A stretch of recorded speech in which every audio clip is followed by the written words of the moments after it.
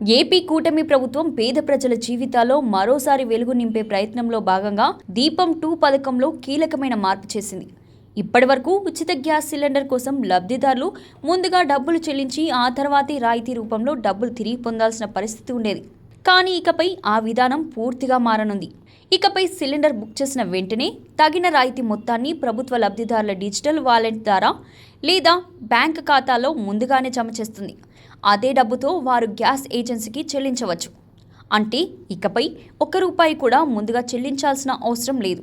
ఈ విధానం ద్వారా మహిళలకు ఆర్థిక భారం తగ్గే అవకాశం ఉందని విశ్లేషకులు అభిప్రాయపడుతున్నారు. ప్రస్తుతానికి ఈ మార్పును ఎన్టీఆర్ మరియు గుంటూరు జిల్లాలోని 6 గ్యాస్ ఏజెన్సీల పరిధిలో ప్రయోగాత్మకంగా అమలు చేస్తున్నారు.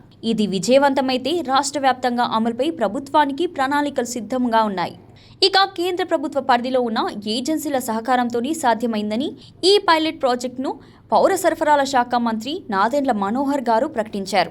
ప్రస్తుతం ఏపీ కూటమి ప్రభుత్వం ఏడాదికి 3 ఉచిత సిలిండర్లు అందిస్తున్న విషయం తెలిసిందే.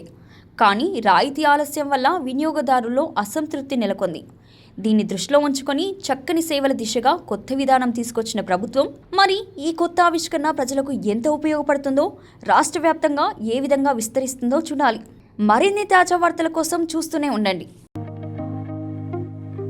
స్వచ్ఛంగా, సహజంగా పోషకాలు నిండిన SRK డైరీ పాలు మరియు పాల పదార్థాలని ఎంచుకుందాం.